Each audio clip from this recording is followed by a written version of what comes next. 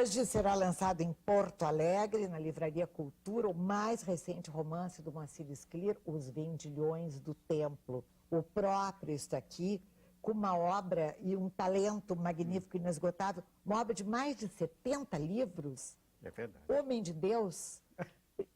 Pois é, eu fico até envergonhado. Fora o basquete.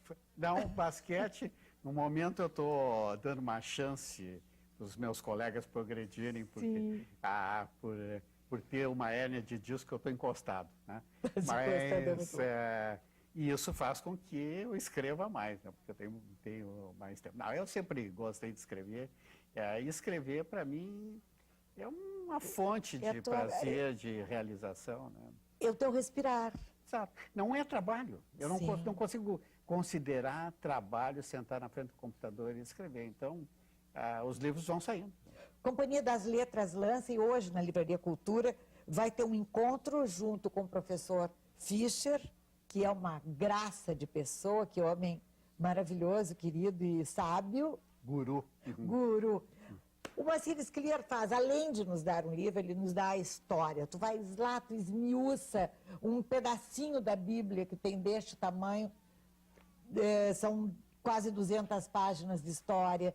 Tu buscas, tu esmiuças, Moacir, isso é tão maravilhoso. Bom, eu sou um leitor da Bíblia, né, Tânia? Não sou um leitor religioso da Bíblia. 142 páginas, exatamente, a primeira história. Esse primeiro episódio, que é baseado num trecho do Novo Testamento que sempre me fascinou. Né? É aquela parte em que Jesus entra no Templo de Jerusalém. Né? É curioso porque 3 semanas atrás eu tive exatamente em Jerusalém, né? E provavelmente ali por perto de onde isso aconteceu. Né? E ele expulsa os perto da Golden Gate? Não, ou é na outra porta? Não, é perto da esplanada das mesquitas, né? Sim. E ali ficava o templo antigo, construído por Herodes, né? E havia vendedores, gente que vendia animais para o sacrifício, trocava moedas e tal. Né? E Jesus expulsa esses vendedores de lá. É uma coisa intrigante por que aconteceu isso, né? Mas as pesquisas históricas sugerem que, na verdade, esses vendedores, além de ser vendedores, eles tinham interesses outros, ou estavam ligados aos interesses do clero. Os sacerdotes também tinham interesses. Tinha grana envolvida. É o grande mercado que começa ali, o comércio. Exatamente. E o fato de que nós temos comerciantes ali, né, cria um estigma sobre a atividade comercial que depois duraria até os tempos atuais. Só que hoje em dia,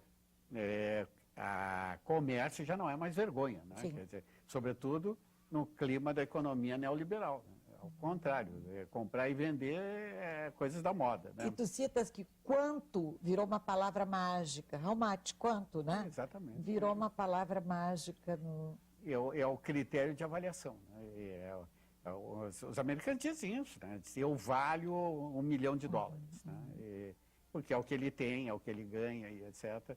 Então, o dinheiro passou a ser o critério de avaliação das pessoas. Sim. Bom, a escrita era o poder aqui neste momento, né? Os místicos e mais alguns outros só que escreviam. Exatamente. Né?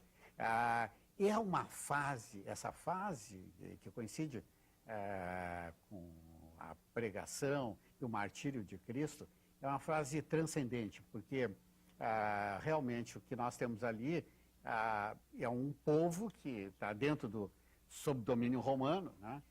Se relaciona mal com esse domínio, e aí tu tem assim, primeiro, aqueles que aderem aos dominadores, depois tu tem aqueles que dizem, não, isso é sinal que o mundo está para acabar e tal, e viram místicos, né? E depois tu tem aqueles que são guerrilheiros e reagem, né? Cristo é uma outra vertente aí, né? É uma nova religião. Porque o livro começa exatamente na paixão de Cristo, 33 anos depois de Cristo, que é quando se presume... Né? Porque esse episódio da expulsão dos vendilhões do templo, ele precede por muito pouco tempo, né, a prisão e a condenação de Cristo. Né? Essa fase que Cristo está em Jerusalém é realmente o fim da trajetória dele, e só podia ser naquela cidade, né? Porque é uma cidade assim que até hoje é uma coisa impressionante, o clima místico que tem a cidade de Jerusalém. Eu adoro Jerusalém. Eu fiquei uma vez 1 mês em Jerusalém. É mesmo, né? É verdade, é verdade. Dá para ficar 1 mês lá. Fiquei. Agora, é uma cidade assim, cada pedra conta uma história, né? Cada lugar evoca um acontecimento, e o fato de que é uma cidade sagrada para as religiões, né, reforça esse clima místico assim.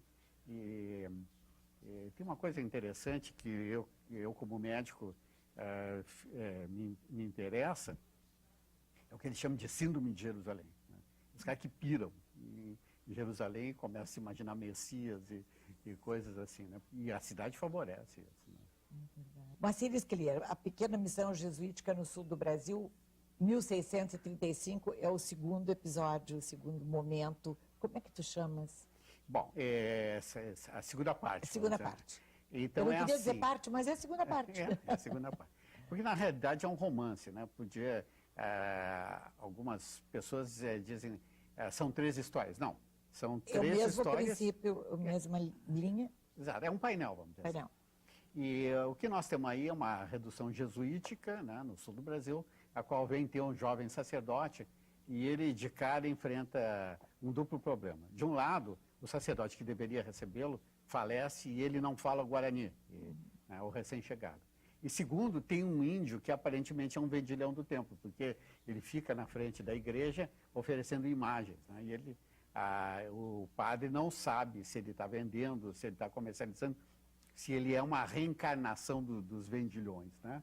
E aí aparece um intérprete que se oferece para intermediar, mas esse intérprete a gente nunca sabe se ele realmente é um intérprete mesmo ou se ele está sabotando o trabalho do padre e se ele é um emissário dos bandeirantes que querem aprisionar os índios, né?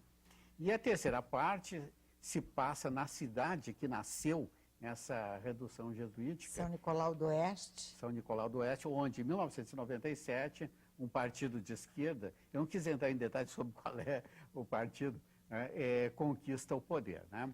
E aí nós temos um E fica muito tempo no poder? Tu não... Isso eu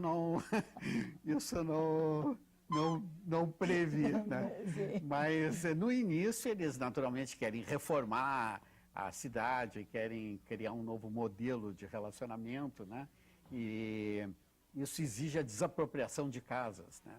E tem um homem que é proprietário dessas casas e ele quer a influência de um antigo amigo que era assessor de imprensa da prefeitura, né, no sentido de que a casa que ele tem não seja desapropriada. Então há um mini esquema de corrupção aí. Desde sempre, não? Desde sempre. Mas esses amigos todos, o que eles têm em comum é que na juventude, na infância, e eles no colégio participaram na elaboração e representação de uma peça chamada Os Vendilhões do Tempo, né? Então, com isso, voltamos ao início, né? Se fecha o ciclo dos vendilhões, né? Sim. Tu achas que no futebol nós temos vendilhões também? Não, porque... Só temos. Neste momento, eu queria saber de que país são aqueles moços que jogam no time dito do Brasil. Isso, eu acho que realmente, assim... Impossível não falarmos nesse momento agora. Eu acho que essa combinação de indústria e esporte, né, que é hoje o futebol moderno, com esses salários... A importância do patrocinador até, que mais do que o técnico e mais do que... Isso tinha que acabar contaminando o esporte, né? Porque o esporte depende de um elemento de entusiasmo, de emoção, que só o amadorismo garante. À medida que vai se profissionalizando, isso aí fica comprometido. Aqueles beijinhos antes do jogo com o time inimigo... Não me conformo, não me convence. Não, É sinal de até boa educação, vamos, né, vamos cumprimentar os nossos inimigos, mas são inimigos, nós estamos jogando pelo país, com a raça e tal. E ali aconteceu. Muito beijinho, muito tititi, muita amarração de... Muita encenação. Muita encenação, né? E é verdade, né? E uma coisa que nessa Copa ficou patente foi como é importante a leitura labial, né? Porque aí tu descobre realmente o que os caras estão dizendo, né? Nos intervalos das declarações formais. Enfim, eu acho que foi uma lição, né? A lição assim de que foi um investimento emocional demasiado, né? Numa coisa que podia não dar retorno como não deu, né? Acho que as pessoas têm que aprender que Copa do Mundo é importante, mas mais importante é a vida que a gente leva dia a dia no intervalo entre esses 4 anos. Temos agora um outro acontecimento importantíssimo, muito mais do que a Copa do Mundo, que são eleições. Sabe, porque a Copa do Mundo não modifica a vida das pessoas. Não, não mudou nada. Não muda nada, se o Brasil ganhasse ou perdesse, era o mesmo. Mas eleições mudam a vida das pessoas, né? Sumiram as camisetas do Brasil, as bandeiras hoje, o pessoal está tudo de camiseta de Portugal, da Alemanha. Eu acho que o pessoal caiu na realidade. É doloroso, mas é uma coisa que também ensina, também tem lições, né? Tem o aspecto psicológico dessa frustração, acho que é importante, né?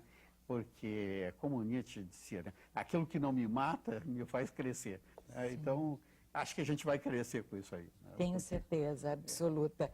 Os Vendilhões do Tempo, hoje de noite na Livraria Cultura, agora, Moacir Squillier já vai direto para lá e vai ter um bate-papo, uma prévia antes dos autógrafos. Exato, com o Fischer, né? Que hoje é um animador cultural e um homem de uma inteligência brilhante, né? Ele é maravilhoso, Fischer. E numa livraria que está se transformando num polo, né? Que é a Livraria Cultura, né? Desculpa, é lindíssima essa... Eu quero identificar que obra é. É de um holandês chamado Quentin Mas, né? E que é da Renascença, né? Não é sobre os Vendilhões do Tempo, mas eles usaram essa O capa. escritor não escolhe a capa, pois não. Ele pode dizer, pode protestar, mas que a editora não vai dar bola, não vai, né? Mas eu acho que... Achei muito bem escolhido. Mas a muito companhia lindo. nunca erra, né? Não, com essas moedas. E a companhia é uma grande editora, grande distribuidora, não é? Exatamente. Porque o grande problema das editoras é a distribuição, não é, Moacir? Mas a companhia é exatamente assim, essa combinação perfeita, né, de gente que tem sensibilidade para selecionar títulos e que, ao mesmo tempo, sabe como fazer chegar aos títulos das pessoas. É uma parábola, Os Vendilhões do Tempo? É uma parábola. É uma parábola. Né? Mas aqui tu antevê já o computador, eu acho uma coisa maravilhosa, porque tu não só fala no pergaminho, papiro, a polpa, etc., mas a gente diz, bom, isso aqui já é o computador aqui. Bom, eu acho que há uma continuidade entre o começo da era cristã e a fase que nós estamos vivendo, né?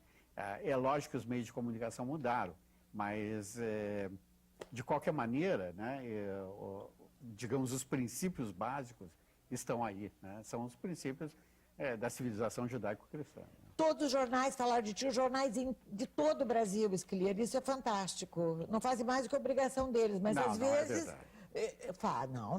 tinha que dar página eles inteira. foram generosos, realmente, assim, e eu estou muito grato, inclusive a Zero Hora fez uma bela matéria, né? E é um esforço para divulgar, e a gente sabe que os jornais lutam com a falta de espaço, né? Então, uma resenha hoje é uma coisa importante, né? E eu fico grato realmente assim que o livro foi muito bem resenhado.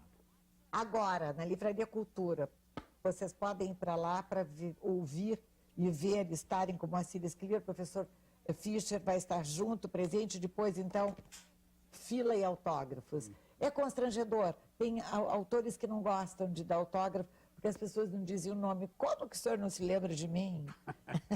Isso acontece. Diga seu nome, seja gentil. Isso é uma cena comum, né, em sessões de autógrafo, e as pessoas devem, por caridade até, poupar o escritor disso, botando o papelzinho com o nome. O papelzinho com o nome. Mesmo que seja parente próximo, às vezes os escritores esquecem o nome dos pais, dos irmãos e tal, né? Isso, o trauma da hora pode explicar isso aí. Se não puder estar presente, não deixe de ler a obra mais recente de Moacir Squillier, Os Vendilhões do Templo, espetacular, magnífica. Beijo, meu anjo. Teu amor. Beijo, beijo. Beijo, até já. Depois do intervalo.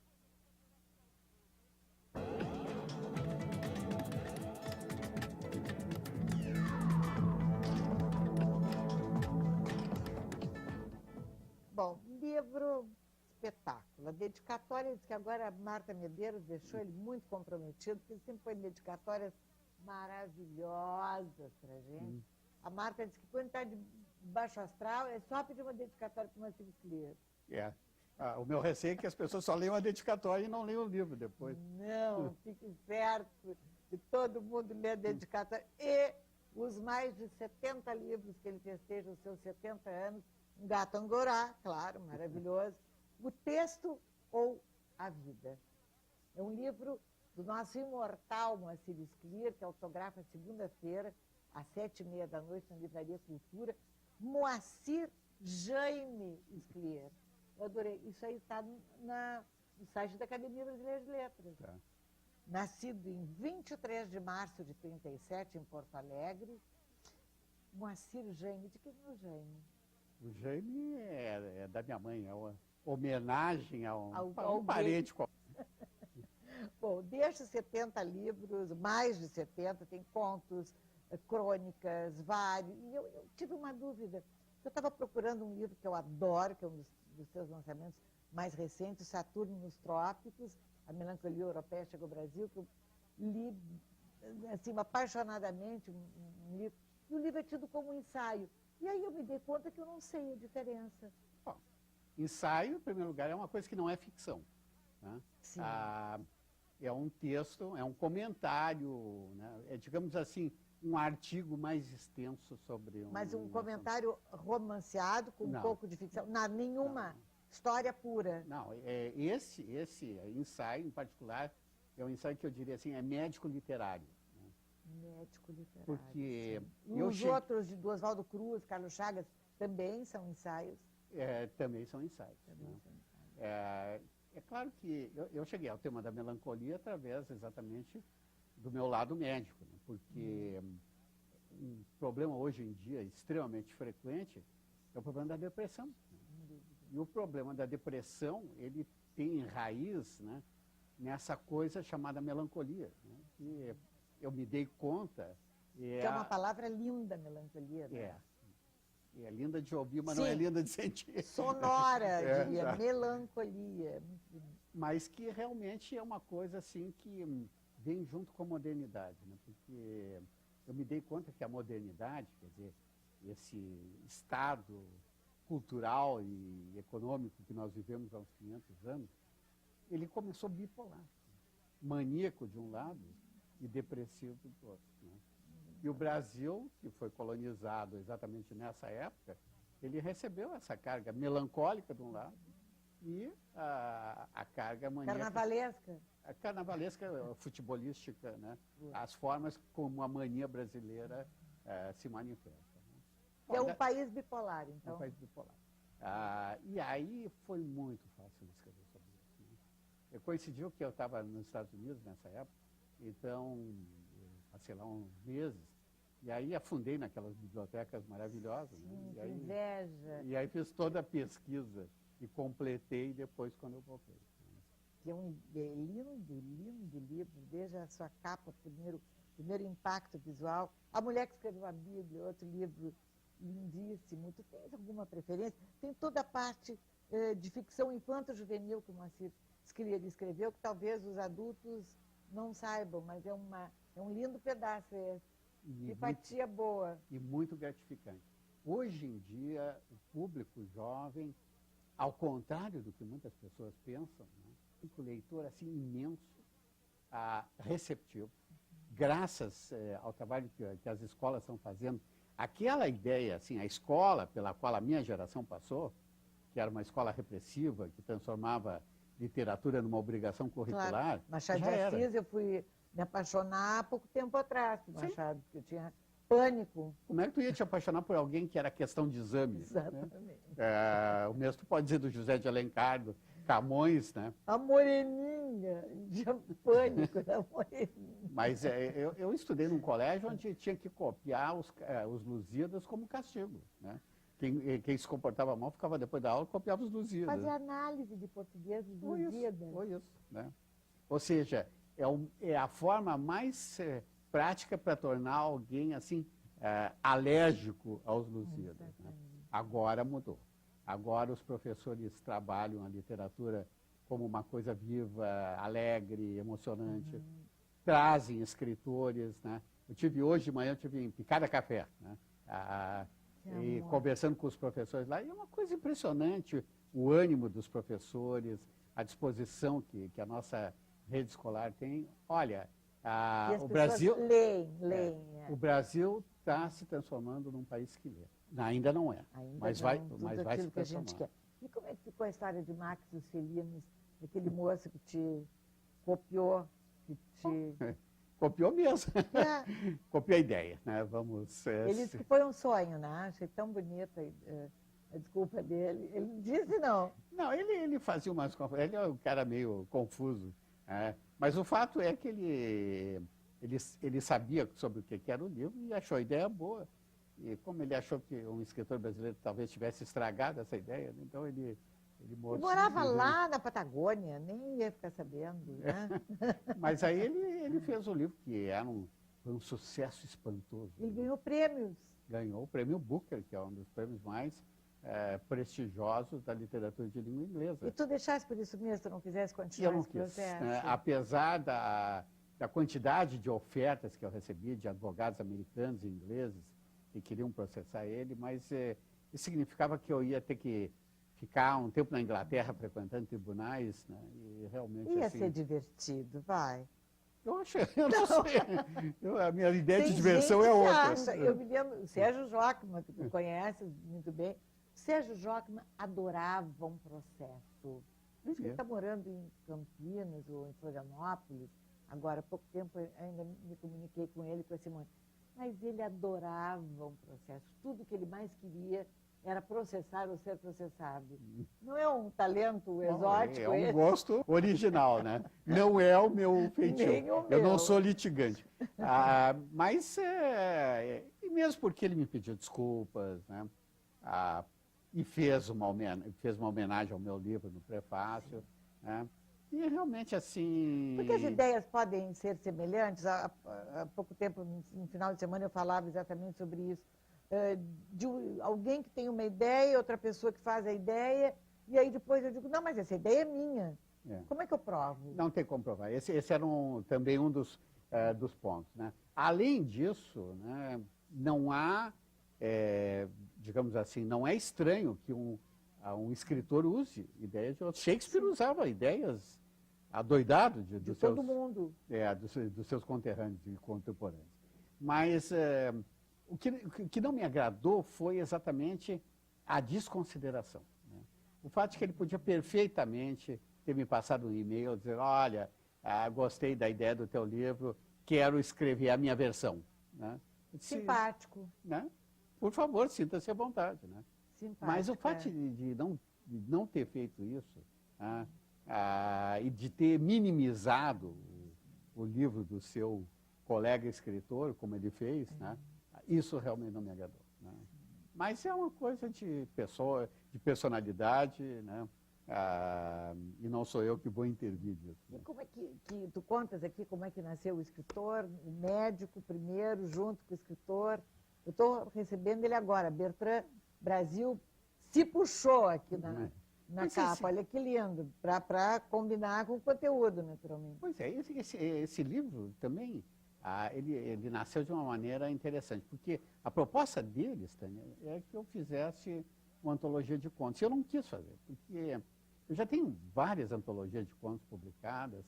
Aí, bom, então quem sabe uma antologia de contos e crônicas e outros textos.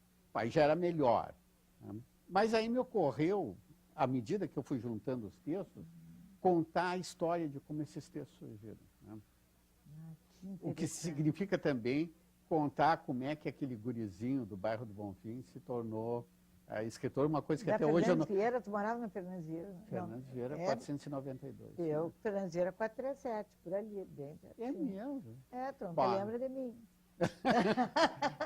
Não, é que provavelmente tu era embrião nessa época. Né?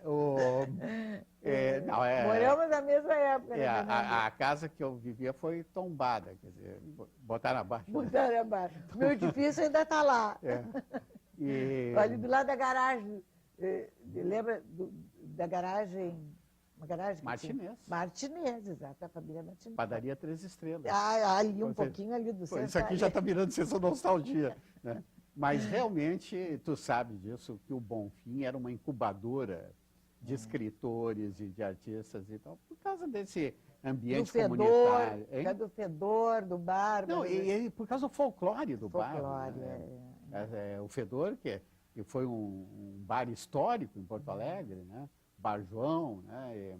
A Clube de Cultura, todas essas coisas que tinha lá, a sinagoga, assim, quer dizer... Padaria Zorato. Padaria Zorato, né? O Bonfim realmente era um bairro com alma. Ainda é, não vou dizer que... mas é um bairro hoje muito mais classe média, não era aquelas famílias pobres, né? Que tinham vindo da Europa, tinham muitas histórias para contar. E foi ouvindo as histórias do meu pai, que era um grande narrador. Meu pai era desses... Isso te fez um escritor, possivelmente? Certamente. Esse estímulo de contar histórias, de ouvir histórias, Moacir? E de ler. Porque de ler, claro. Eu tinha um pai que contava histórias e uma mãe que era uma leitora. Quer dizer, eu tinha a dupla de pais ideal, né? E minha mãe era professora e era uma mulher que adorava leitura e literatura. O meu nome, Moacir, né? O Jaime não, mas o Moacir é José de Alencar, quer dizer, que era o autor da geração dela, né? Então, essas coisas mostram como realmente, assim... E o Vremir, da onde? O Vremir, Vremir é uma adaptação, né? Que é o irmão do Moacir. De Abrão, né? Que era o nosso avô, né? O patriarca da família, né? Da família da minha mãe, né? Sim. Era que tinha vindo da Rússia, né? Então, como era costume, né? Nessas famílias, né? O avô dava nome para uma legião de netos, mas aí tinham que mudar o nome para não ficar igual. Né? E o Vremir aí, então, foi... Aí ele ficou... Porque tem um primo que é Avremiro também, né? Avremiro, e tem um que é Avrumar, e tem um que é Abrão mesmo, Abrão Slavotsky, né? Sim, o Abrãozinho.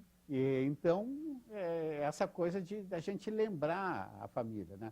E essa coisa de raízes é muito importante, sobretudo para um escritor, né? Porque o escritor é uma pessoa que conserva dentro de si a criança que ele foi, com as suas influências.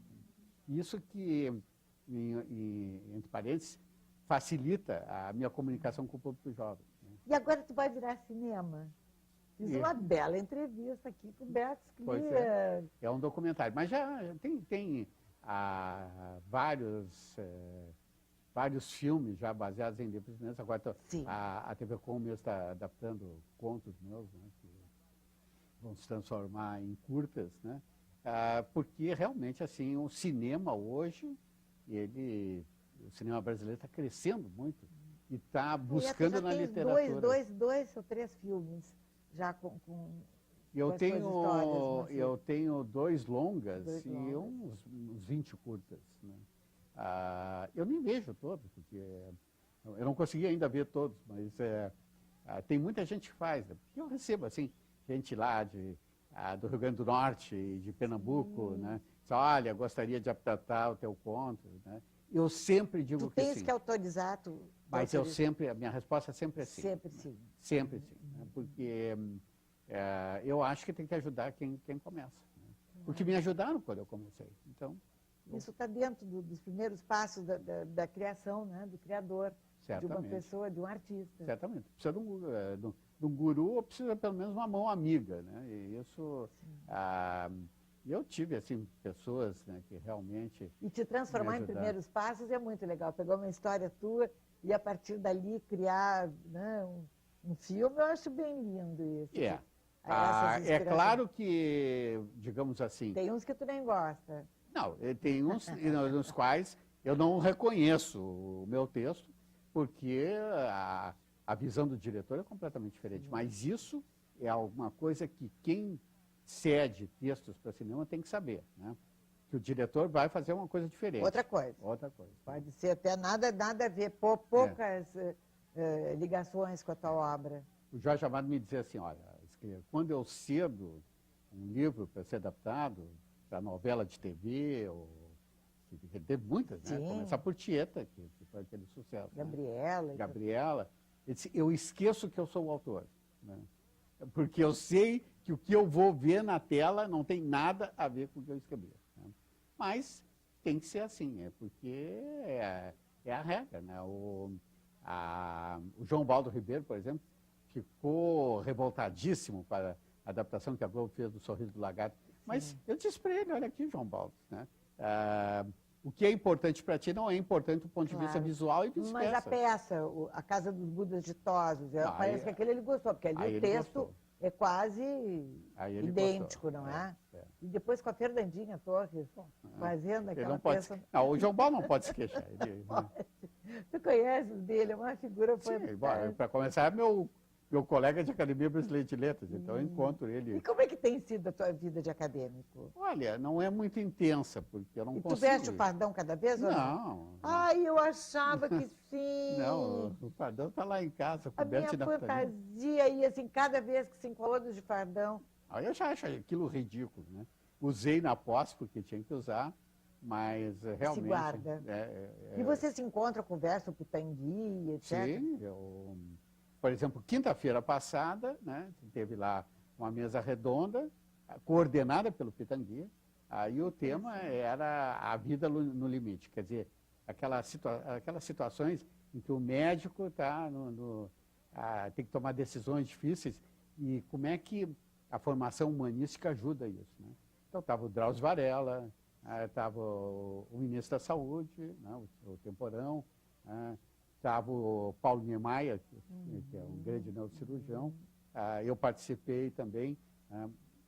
Então, a academia, hoje, ela tem assim, uma gama de iniciativas muito grande. E muito não é só mais o chazinho com a turma se senta e toma chá e come bolachinha. Não, isso é só por causa do folclore. Né?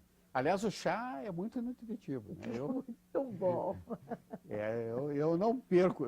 O dia que eu vou, eu não almoço, porque eu sei que o chá vai ser tão abundante que não dá nem para almoçar nem para jantar. É chá com tudo, café colonial? Mas é mais do que colonial, né? Porque cada presidente acrescentou um prato para o cardápio, né? Então tem os pasteizinhos da Nelly da Pinhon, e tem o rocambole do Marcos Vilaça, e assim por diante. Maravilha. Marcílio Clia, que coisa boa. Um livro novo, 70 anos, 70 livros, mais, né? 75 livros. 75 livros. Segunda-feira, Livraria Cultura. Tu está preparado já com musculação para os autógrafos? Não só isso, como eu quero conversar com as pessoas. Né? Antes vai ter um bate-papo. Essa coisa de deixar todo mundo esperando na fila, né? Fazer as pessoas sair de casa para ir simplesmente pegar um autógrafo, eu não concordo. Acho que as pessoas têm que receber alguma coisa mais. Pode ser que elas não queiram receber, mas eu estou lá à disposição. Cheguem cedinho, então, para conversar com o Marcílio Clia, para ele contar como é que nasceu esse livro, o texto ou a vida, esse título eu adorei também. E para ir na cultura, que é o máximo. A cultura hoje é um fenômeno livreiro nesse país. Né? Tanto que o Pedro Hertz, que é o dono da cultura, foi capa da Veja em São Paulo. Quer dizer, é uma figura importante. Houve um estímulo à leitura, sem dúvida, pela cultura, pela livraria. Né? Querido, tu és um sonho